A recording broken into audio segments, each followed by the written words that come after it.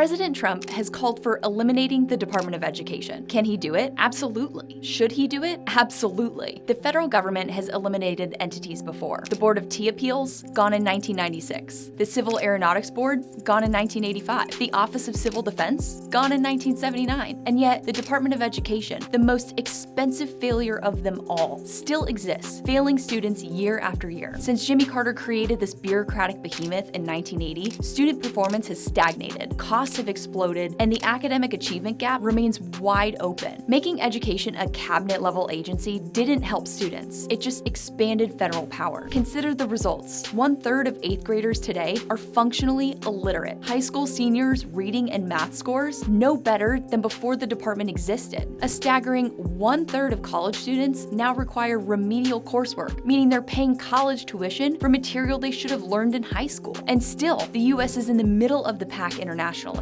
The department has politicized student loans, trying and failing to cancel student loans for a favored political constituency. Just last year, the agency utterly botched an update to the FAFSA, jeopardizing student aid for millions of students and leaving many first-generation college students in the dust. More than anything, the department has reoriented schools to obey Washington rather than parents, turning education into a top-down bureaucratic disaster. It's created a federal program for every problem mentality, while smothering state and local leaders in red tape. So what's the argument for keeping it? There isn't one. The real question is how to dismantle it. The most straightforward path is through Congress. Lawmakers could pass a Department of Education Reorganization Act to eliminate ineffective programs and move useful ones elsewhere. They could shift education statistics to the Census Bureau, Title I to HHS, and student loans to Treasury, for example. Simple, right? The problem? That takes 60 Senate votes. A more realistic approach? The budget process. A reconciliation bill requiring only a simple majority could starve the department of its funding. Congress could repeal its mandatory programs, use tax measures to defund politically leftist grants by effectively clawing back those funds. They could offer buyouts and other incentives to bureaucrats to shrink the department's footprint. Even better, if the president sends a formal rescission request to Congress, then a simple majority in both chambers could remove unobligated funds before the next appropriations bill is passed into law. President Trump has powerful tools at his disposal even without Congress. He could relocate the agency far from DC and require in-person work 5 days a week. Just watch the bureaucrats resign en masse. And he could declare that certain department policies are unconstitutional and refuse to enforce them. This could apply to individual programs or policies. Of course, some legitimate functions, like data collection and Indian education programs, could be reassigned to more competent agencies. But the rest? Bureaucratic dead weight. For decades, the Department of Education has burned through hundreds of